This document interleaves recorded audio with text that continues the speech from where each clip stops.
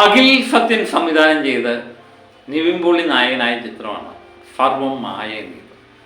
ഈ ചിത്രം കണ്ടപ്പം എനിക്ക് മനസ്സിലായത് നിവിൻ പോളിയുടെ തിരിച്ചുവരവ് നിസ്സംശയം പറയാൻ പറ്റുന്ന ഒരു ചിത്രമായിട്ടാണ് ഈ ഫർവം മായ എനിക്ക് തോന്നുന്നത്. ഓജഫും തേജഫും ഒക്കെയുള്ള ആ ഗംഗയെ നകുലിന് തിരിച്ചു കൊടുത്ത ഫണ്ണി ഓർമ്മയില്ലേ മണിച്ചിത്രത്താഴിലെ ആ വസ്തു തന്നെയാണ്. ഓജഫും തേജഫും ആ പ്രസരിപ്പും ഒക്കെയുള്ള ആ നിവിൻ പോളിയെ നമുക്ക് മലയാള സിനിമയ്ക്ക് വീണ്ടും തിരിച്ചു തരാൻ അഖിൽ സത്യൻ എന്ന് പറയുന്ന സംവിധായകന് കഴിഞ്ഞു എന്നുള്ളതാണ് ഈ ചിത്രം കണ്ടപ്പോൾ എനിക്ക് തോന്നിയത്. കാരണം മികച്ചൊരു കഥാപാത്രം തന്നെ ഈ നിവിൻ പോളിയുടെ കഥാപാത്രമായിട്ട് തോന്നി. കാരണം നമ്മൾ ഇഷ്ടപ്പെടുന്നൊരു നിവിനുണ്ട്, അത് കൃത്യമായിട്ട് കിട്ടിയിട്ടുണ്ട്. കാരണം ഈ ചിത്രത്തിൻ്റെ ഏറ്റവും വലിയൊരു പ്രത്യേകതയായിട്ട് എനിക്ക് തോന്നുന്നത് ഈ ചിത്രത്തിൻ്റെ ഒരു സമയത്ത് പോലും നമുക്ക് ബോറടിക്കത്തില്ല. കുടുംബ പ്രേക്ഷകരെ സംബന്ധിച്ച് കൃത്യമായിട്ട് കണ്ടുകൊണ്ടിരിക്കാൻ പറ്റിയ ചിത്രം തന്നെയാണ്. നമ്മൾ പഴയ സത്യനന്ദിക്കാടിൻ്റെ ചിത്രങ്ങളൊക്കെ കാണുന്ന ആ കോംബോയിൽ തന്നെ കൃത്യമായിട്ട് അഖിൽ സത്യൻ എന്ന് പറയുന്ന സത്യനന്ദിക്കാടിൻ്റെ മകൻ്റെ തന്നെ ആ ഗുഡ് ഫീൽ കിട്ടിയെന്ന് പറയുന്നത് തന്നെ വളരെ വലിയ കാര്യമാണ്. കാരണം ഈ അച്ഛൻ്റെ പാരമ്പര്യമൊക്കെ കാത്തു സൂക്ഷിക്കുക എന്ന് പറയുന്നില്ല മക്കളിലൂടെ, അത് കൃത്യമായിട്ട് അഖിൽ സത്യനിൽ നിന്ന് മനസ്സിലായി. നമുക്ക് കണ്ണടച്ചിനി അഖിൽ സത്യൻ്റെ ചിത്രം ഉണ്ടെങ്കിൽ കണ്ണടച്ച് പോയിരിക്കാം, കുട്ടികളുടെ കണ്ണു പൊട്ടേണ്ടി വരത്തില്ല, അശ്ലീലമായ സംഭാഷണങ്ങളൊന്നും കാണില്ല. അതേപോലെ കൃത്യമായിട്ട് കുടുംബ പ്രേക്ഷകർക്ക് വേണ്ടി ഒരുക്കി വെച്ചിരിക്കുന്ന ചിത്രമായിട്ടാണ് ഫർവമായ കണ്ടപ്പോൾ എനിക്ക് തോന്നി. നമ്മൾ എടുത്തു പറയേണ്ട ചിലരെന്ന് പറയുന്ന അജു വർഗീസും നിവിൻ പോളിയും തമ്മിലുള്ള ആ കോംബോ കൃത്യമായിട്ട് വർക്കൗട്ട് ആയിട്ടുണ്ട്. കാരണം അത് വളരെ രസകരമാണ് കണ്ടുകൊണ്ടിരിക്കാൻ. ഞാൻ പറഞ്ഞില്ലേ, ഒരു സമയത്ത് പോലും നമുക്ക് ഊറച്ചിരിയോടെ നമുക്ക് ആ ചിത്രം കണ്ടുകൊണ്ടിരിക്കുക. ഇതൊരു ഹൊറർ ചിത്രം കൂടെയാണ്.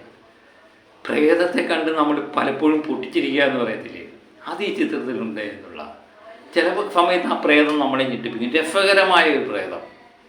പല ചിത്രങ്ങളിലും പ്രേതം എന്ന് പറയുമ്പം നമ്മളെ എന്തൊക്കെയോ പീഡിപ്പിക്കാൻ വേണ്ടിയാണ് പ്രേതം വരേണ്ടത് എന്നൊക്കെ ഒരു തോന്നലുണ്ട്, ഒരു വൃത്തികെട്ട തോന്നലൊക്കെ സിനിമ പ്രവർത്തകർക്കുണ്ട്. പക്ഷെ അതിൽ നിന്ന് വ്യത്യസ്തമായി ഈ പ്രേതം നമ്മളെ ചിരിപ്പിക്കുകയും ചിന്തിപ്പിക്കുകയും ഒക്കെ ചെയ്യുന്നൊരു പ്രേതം വളരെ മനോഹരമായി എടുത്തു വെച്ചിട്ടുണ്ട്. ഇത്രയും നാളും ഉണ്ടായ ചില മാറ്റങ്ങൾ ഈ പ്രേതത്തിലൂടെ നമുക്ക് കാണാൻ പറ്റുന്നുണ്ട്. അതുപോലെ ഇതിനകത്ത് വന്നേക്കുന്ന എല്ലാ കഥാപാത്രങ്ങളും മിക്കവാറും എല്ലാ മധു വാര്യർ എന്ന് പറയുന്ന കഥാപാത്രം ഗംഭീര കഥാപാത്രം മധു വാര്യരുടെ, അതുപോലെ രഘുനാഥ് പല്ലേരി ഒക്കെ മികച്ച കഥാപാത്രങ്ങളായിട്ട് തോന്നി.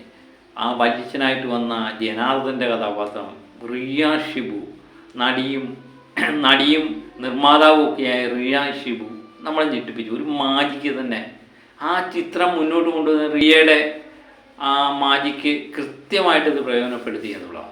അങ്ങനെ പല കാര്യങ്ങൾ കൊണ്ട് ഞാൻ പറഞ്ഞില്ലേ, ഒറ്റപ്പാലം മനയൊക്കെ ഒരു കാലഘട്ടത്തിൽ മലയാള സിനിമയ്ക്ക് അത്യാവശ്യ കാര്യമായിരുന്നു. അതൊക്കെ മാറി നമ്മൾ വേറെ രീതിയിലൊക്കെ പോയി കഴിഞ്ഞപ്പം ആ നാടൻ തനിമയൊക്കെ നമുക്ക് നഷ്ടപ്പെട്ടു. ആ ഒറ്റപ്പാലവും മനയൊക്കെ നമുക്ക് വീണ്ടും വന്നു കഴിഞ്ഞപ്പോൾ ഒരു ഫ്രഷ് കാഴ്ച. അതുപോലെ നമുക്ക് ഈ ചിത്രം കാണുമ്പോൾ ഒരു ഫ്രഷ്നെസ് ഫീൽ ചെയ്യുന്നുണ്ട്. അത് നിശ്ചയമായിട്ട് നമുക്ക് അത് എനിക്ക് തോന്നുന്നു കുറച്ച് നാൾ നമ്മൾ ഈ ചോറുമൊക്കെ ഉണ്ടാലും നമ്മൾ കൃത്യമായിട്ട് ഇറച്ചി മീനും ഒക്കെ സ്ഥിരമായിട്ട് ഉപയോഗിച്ചുകൊണ്ടിരിക്കുമ്പോൾ നമുക്കൊരു മടുപ്പ് തോന്നും.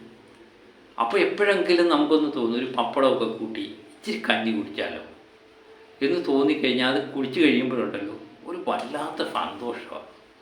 ആ ഫീലാണ് എനിക്ക് ഈ ചിത്രം കണ്ടപ്പോൾ തോന്നിയത്. കാരണം ഒത്തിരി ചിത്രങ്ങൾ കണ്ടു മടുത്ത് ഒരു നാടൻ തനിമയുള്ള നാടൻ രീതിയിലുള്ള ഒരു ചിത്രം കണ്ട ഒരു പ്രതീതി, അത് നമുക്ക് ഇടയ്ക്കിടയ്ക്ക് ചിരിക്കാം, ബോറടിപ്പിക്കാതെ കണ്ടുകൊണ്ടിരിക്കാം. അതുപോലെ ഇതിനകത്ത് പ്രത്യേകം എടുത്തു പറയുന്നത് ജസ്റ്റിൻ പ്രഭാകർ എന്ന് പറയുന്ന ആ സംഗീതം ഒരു രക്ഷയില്ലാത്ത സാധനമാണ്. ഈ പടത്തിനോടൊപ്പം ചേർന്ന് നിന്നു എന്നുള്ളതാണ് ഇത് ഏറ്റവും വലിയൊരു പ്രത്യേകത.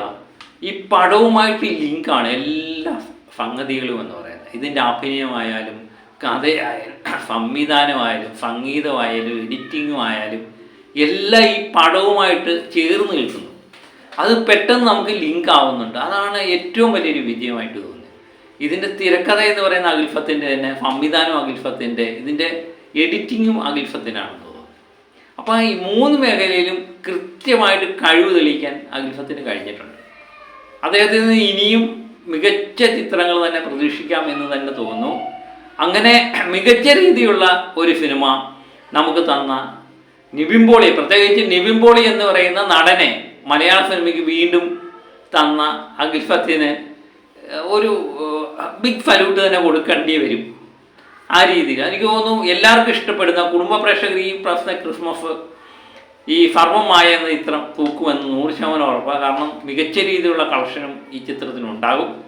കാരണം 2025 ഒരു സൂപ്പർ ഹിറ്റ് ചിത്രമായിട്ട് സർവമായ മാറും എന്ന് തന്നെയാണ് ഈ ചിത്രം കണ്ടപ്പോൾ എനിക്ക് തോന്നിയത്. മികച്ച രീതിയിലുള്ള ചിത്രം എല്ലാവരും പോയി കാണുക. അപ്പോൾ മറ്റൊരു വീഡിയോയുമായിട്ട് വീണ്ടും ഞാൻ എത്താം. Okay, by.